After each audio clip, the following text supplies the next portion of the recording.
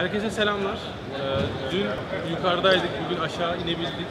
Dün arkamızda hani aşağıda inemiyoruz, şu anda güvenlik görevlileri var dediğimiz yere inmiş durumdayız.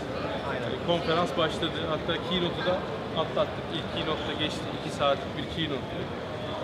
Benim için hani güzel bir keynote'tu. Heyecanlı noktaları vardı. Ama %50'si de hani böyle birazcık hafif. Peki klasiktir o. Çünkü yarın da biraz materyal. Yarın söyleyecekleri şeyleri bugünden duyurdular bu arada. O da ilginç yani. Kabaca bahsedecekleri konuları listelediler. Yani o da ilginç yani. Niye bahsedersin? Şey çok ilginç geldi bana mesela. Windows Division'dan birinin oturup videosuyla demosu yapması. Ya oraya hiç girmiyorum ben. Oraya geçmiyorum. Artık son 3-4 yıldır bu Microsoft'ta bir trend haline geldi. Yani şu developer konferansına yani Scott Hanselman gibi developerların çıkıp sunum yapması gerekirken Ya onlar yarın olacak onlar mı? yöneticilerin yarın olsun artık yani. Ya abi burası developer konferansı. Niye sen yöneticiyi sahneye çıkartırsın? Niye kod yazmayan insanı sahneye Yani çıkartırsın? device'ları anlatması vesaire. Yani bu sadece burada değil. Device'ları zaten Steve Ballmer anlattı. Ona bir lafım yok. Fakat hani teknik demo yapan adamın hani aslında o işi yapmayan kişi olması bir anlamda. Görevinin yönetici olması zaten sırıtıyor. Bugün çıkan bayan arkadaşın adını hatırlamıyorum, hatırlamak da istemiyorum. Çünkü geçen Build'de de rezil bir sunum yaptı. Burada biraz daha toparlamış. Son bir yılda birazcık çalıştı. Ama abi yani hissediyorsun. Yani burası 8.000-9.000 tane developer var karşında. Bu insanlar aptal değil, hissediyorlar yani. Ama bu buraya özel bir sorun değil. 3 yıldır, 4 yıldır son. Microsoft'un global olarak sorunu. Yani böyle yöneticilerin kendini gösterme durumu. Hani ben aslında bunu yönetiyorum, ben öne çıkacağım durumu. Sahneye çıkma ego sorunu diyorum ben. Bu keynote'da var aslında sadece. Çünkü bak developerlar işte öne çıkıyorlar ve onlar yani meşhur oluyor sonuç itibariyle. Bizde öyle bir konsept var. Yani 8-10 kişinin karşısına çıkıyorsun ve meşhur oluyorsun. Müşterinin karşısına çıkarak meşhur olan bir yönetici diye bir konsept yok. Yani sen git Amerika'nın en büyük hani işte food chain'ini bağla, şirketine 150 milyon dolar kazandı. Ama hiçbir zaman şurada sahnede aldığın ego tatminini alamazsın. Yani bu apayrı bir Ya ben zaten konusu olur. yarın şeyde bekliyorum. Atıyorum keynote'da işte demoları, yani muhtemelen Azure'la ilgili konuşurlar. Sonra Evet, Scott Azure var. Guthrie çıkacaktır. Onun aldığı alkış zaten bugün aldığı alkışlar. Tabii canım. Yani bin kat şaka daha gibi farklı olacak. olacaktır yani. Kesinlikle. Şimdi konulara geçecek olursak benim notlarımda şeyden başlıyor. Visual Studio 2012 Update 3 Release oldu. release oldu. Güzel bir haber. Hızlı bir şekilde geçiyorum. Yani burada önemli bir detay var. Visual Studio 2012 ve 2013 arasında proje switch yapacaksan, yani 2013 projesi, Is that the new 20th one? şey yapacaksan, açacaksan birbiriyle bu son update'in yüklenmiş olması gerekiyor. Windows 8.1'e Visual Studio 2012 yükleyip kullanacaksan yine bu update'i de yüklüyor olman gerekiyor. Yani 8.1 uyumluluğu da bu update'te geliyor. Bunlar detaylar. Sonrasında Windows 8.1 Preview duyuruldu. Zaten bugün bekliyorduk hani Windows 8.1 preview gelecek. Bugünkü keynote'un Güzel şeyler var. olacak. Güzel şeyler var evet. Yani UX anlamında da güzel toparlamalar var. Yani detaylarını zaten nette de araştırırsanız bolca bulursunuz. Fakat en fazla hani zaten daha önceden de üzerinden geçilen ve dikkati çeken start düğmesinin, başlat düğmesinin geri geliyormuş gibi olması. Hani düğme geldi Aslında herkesin ama- istediği start menüsü o değil. Evet, herkesin istediği değil. Ama geliyor bir şekilde. Masa üstüne boot Masa özelliği üstüne geliyor. o geliyor. Ben lock screen'deki slideshow'u çok beğendim. Bunu not almışım notlarım arasında. Efsanevi hareket multi monitor DPI scaling. Çok iyi. O inanılmaz bir hareket. Benim de çok problem yaşadığım bir şey. Birden çok monitör. Onu yapmalarına da helal olsun diyorum. Yani o apayrı level'da bir implementasyon. Yani hala nasıl yaptıkları konusunda kafam almıyor. İyi yardımcı olmaları lazım onu. Yani çünkü hala test etmek istiyorum. Test de edemedim. Hani bir pencereyi sürüklerken çünkü tam ortadayken ne oluyor örneğin? Hani bir tarafı başka DPI ile bir tarafı başka DPI ile render edebiliyor musun? Eğer böyleyse efsane bir hareket bu. Yani epey low level bir implementasyon. Yani aşağıdan girmiş olmaları lazım diye tahmin ediyorum. Benim için süper bir haberdi bu. Hands-free olayı. Hatırlıyor musun Keynote'dan? Hands-free moda geçip hani kamera webcam üzerinden elle kontrol etme. Hatta işte yemek tarifleri olan bir uygulamaydı. İşte yemeğinizi yapıyorsunuz diyelim. İşte tarifte şöyle Kinect ileri gidebiliyorsunuz. kokuları aldım ben. Aynen. oradan. Hani ya Kinect hani embedded gelecek Windows 8'in doğrudan Kinect hani işletim sistemi olarak Kinect'i de kullanabilecek muhabbeti hep yapılır. Yani yavaş yavaş sanki geliyormuş gibi duruyor. Yani benim dikkatimi çekenler bunlardı. Windows 8.1 tarafında, UI tarafında başka şeyler var tabii ki. Aynı tarafında O çözünürlüklerin Snapping, sağlaması. snap özelliğini arttırmışlar. Yani işte daha önce ekranın biri %33'ünü kullanırken diğeri %66'sını kullanıyordu. Şimdi artık o sınırı da kaldırmışlar. Sınırsız bir şekilde. 3 tane uygulama Üç falan tane. konulabiliyor yan yana. Hatta işte demoda var değil mi? 2 monitör. Birinde 4 ek açık, diğerinde de 4 ek. Aynı anda 8 tane ek kullanabiliyorsun. Vesaire bir şeyler var. Güzeldi. Yani klavyeyle ilgili iyileştirmeler vardı. Touch klavyeyle Evet, onunla ilgili, ilgili. autocomplete vesaire gibi. Yani daha bir sürü şey vardır, çıkacaktır da. Ama güzel bir adım atılmış. Yani minor bir update olduğunu düşünürseniz 8.1'in aslında içi dolu. Tabii bayağı da. Yani epey bir dolu geliyor. Aynen. Sonra small tablet konsepti. Hani ufak tabletler. Oradan da şeye bağladılar zaten. İşte 8 inç tabletler falan derken ilk bomba patladı ve Acer Iconia 8 inç Build'de her katılımcıya hediye edilecek denildi. Cihaza baktık, biraz önce bakabildik, biz de daha alamadık.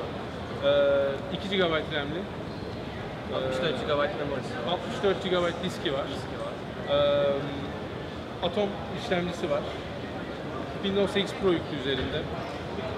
Yani 2 GB RAM 64 diskle yani development falan unut zaten. Onda ancak mailine bakarsın. Yani bilmiyorum, çok böyle süper heyecanlandırmadı beni. Hani developer olduğum için heyecanlandırmıyor. bu Ya arada. benim Çünkü şey de garibime gitti. Hani bu işte 8 inçlik destek, Windows 8 inçlik cihazlara verdiği destek sonuçta yeni çıktı.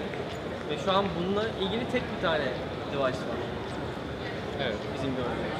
Normalde hani böyle bir şey yaptıkları zaman daha çok device'la hani sergiliyorlardı. Partnerlerle daha önceden çalışıyorlardı. Açıklamışlar Vesaire. ya. Olur.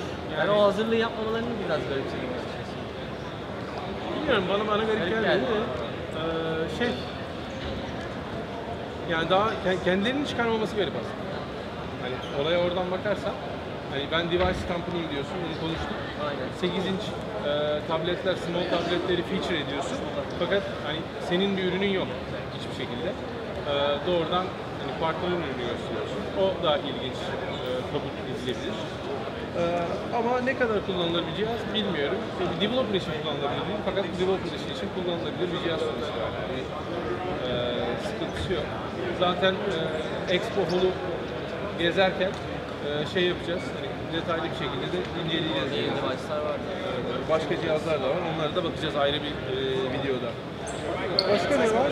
Visual Studio 2013 Preview. Kimlermiş preview oldu. Orada da güzel şeyler var. Onda da güzel şeyler var aslında. Ufak tefek güzel yenilikler var. Daha çok productivity artırmaya yönelik şeyler yapmışlar. Onun yanında .NET 4.5.1 var. Minor update. Minor update. Bahsetmeye değmez. En güzel yanı şey aslında. Bu minor update'i Nougat üzerinden de açtılar dışarı. Daha önce bu yoktu. Yani .NET'ler bilerini kullanamıyorduk Nougat'ten. Artık şimdi hepsine Nougat üzerinden erişebiliyoruz. Ya benim birkaç tane notum var orada. Bir enerji consumption analizi çok hoşuma gitti. Aynen. Yani verilen önemi gösteriyor ve tooling konusunda Microsoft'un ne kadar başarılı olduğunu gösteriyor. Yani developerları düşünme Şey anlamında. geliyor bu arada, 64 tabletler için Edit and Continue olayı geliyor. Evet. O da çok istenen bir özellik. WebView kontrolü adam olmuş. Artık hani bir interop kontrolü olmaktan çıkmış diyelim bir anlamda. Aynen. Hani backwards compatibility'nin dışında hani bildiğin first class bir kontrol olmuş. O çok hoşuma gitti çünkü çok problem yaratan bir kontroldür. Onu halletmişler. Bir iki demoda Azure Mobile Services entegrasyonları çok ilgimi çekti, hoşuma gitti. Yani çok aşırı basitleştirmişler. Yani o da Sağ tıklayın notification ekleye kadar gidiyor. aynen öyle yani. Bir O wizard demo var. ilginç bir demoydu yani. Aynen. Tamamlamamış olsalar da. Yani orada da güzel şeyler var. Son olarak da bir sürpriz daha yaptılar. Herkese birer tane, yani Service. Build'e katılan herkese Service Pro bu sefer. Memorisi ne olacak bilmiyorum. Bunu hala öğrenemedik. Yani ben öğrenemedim. Sen duydun mu etrafta? Yani kaçlık verecekler? 128 mi? 256 mi? Ben 128 tahmin ediyorum. Şimdi Surface Pro da beni heyecanlandırmadı diyeceğim. İnsanlar hani tepki verecekler doğal. Daha ne istiyorsun? Allah'tan Türkiye'de belanı Surface diye. Pro bekleyen çok insan var. Yani cihaz çok kalın. Bayağı Artık kalın. eski Ben burada sayılabilecek gördüm, bir cihaz. kalınmış yani. Artık eski sayılabilecek bir cihaz bu arada. 1,5 sene oldu. Yani oldu, tamam mı? Eski bir cihaz aslında artık. Elden çıkartıyorlar diye düşünüyorum bir şekilde. Ama hani test cihazı olarak çoğu insan için faydalı Ya sizin olacak. için cihazı sadece hediye etseler daha Bence o da yeterdi. Bence geçen yeterdi. seneye göre beklentisi yüksek olan insanlar için daha şey olur. Yani kimse bağırmazdı, ağlamazdı. Ama böyle daha güzel oldu tabii ki. Tabii. Surface Pro hani developer cihazı olarak kullanılabilecek bir cihaz. Yani eğer 128'ini verirlerse en azından diye tahmin ediyorum. Yani 256'sını verme gibi bir fanteziye gireceklerini hiç zannetmiyorum. Ama kalın bir cihaz sonuç itibariyle. Ama güzel, hani baktığında hediyeler olarak Surface Pro kaç paraydı hatırlamıyorum yani. $700 mıydı öyle bir şeydi. 350 dolarda bir iPhone'ya yani toplam $1000'lık bir hediye veriyorlar. Konferansın yarısının ücreti de $2000. Yani kabaca yarısını iade etmiş oluyorlar. Hala aradan bir poşet çıkabilirdi bence yani. Poşet bana koydu yani. Öyle şey gibi elimize verdiler böyle. Bana koydu arkadaş, bir poşet verir insan ya. Neyse hani durum bu sonuç itibariyle. Şey çok ilginçti. Tam şeyin başında, keynote'un başında Steve Ballmer şeyden bahsetti. Xbox'tan keynote'da bahsetmeyeceğiz gibi bir şeyden bahsetti. Hani en başta zaten Build'in duyurulmasıyla en baştaki highlight edilen noktalardan biri de aslında Xbox'tı. Bir kısım kişiler de hani buna ben de dahil. Xbox'ın development platformu ile ilgili bir şeyler olacak beklentisi vardı. Yarın olacak mı bilmiyorum ama hani session listesinde de yok Xbox ile ilgili herhangi bir şey. Gözükmüyor. Benim hayalim de o. Olmayacak gibi duruyor. Yani Sparkle'ı gösterdiler. Sparkle neydi o projenin adını gösterdiler. Yani okey. O da biraz Çok heyecanlandırmadı o da. Ama overall yani 8.1 heyecan verici. Vücut'taki yenilikler heyecan verici. Güzel bir keynote'tu ya. Hani bu noktalar beni daha fazla. Evet. Bir de hediyeleri de işin içine serpiştirince dedim. Serpiştirince. İlginç bir manzara oluştu. aslında şey yani vermek istedikleri mesaj şuydu aslında artık. Biz işte daha kısa periyotlarla yine update'ler çıkaracağız. Daha hızlı adapte olacağız müşteri isteklerine. Esas highlight ettikleri nokta buydu aslında. Zaten işte Visual tarafında sürekli update'ler çıkıyordu. Bunu yapıyorlardı. Şimdi Windows 8 tarafında da bunu yapmaya başladılar. Yine update'lerle. Visual 2013'te de bu şekilde devam ediyor. Zaten .NET'te de böyle. Artık Umarım 3 ayda bir konferansta yapmazlar yani. zannetmiyorum. Yani hani daha sık sizi burada görmek istiyoruz falan deyip böyle. Daha sık $2000. Evet, Daha daha deniz sık istiyoruz. daha sık. Evet. Durum bu. İlk gündeki update'lerimiz şimdilik Bu kadar. bunlar. Biz konferans tişörtlerimizle gezmeye devam. Bir tek biz giymişiz bu arada ya. Yani sana destek olmak için ben de giyindim. Ama evet, giymemek lazım. Ben de şimdi farkına varım. Zaten alakasız bu arada yani. Yok bir abi daha var. Konferans tişörtü üzerinde build yazmıyor. Bir tek B harfi var. Hani build'in B'si mi, başka bir şeyin B'si mi?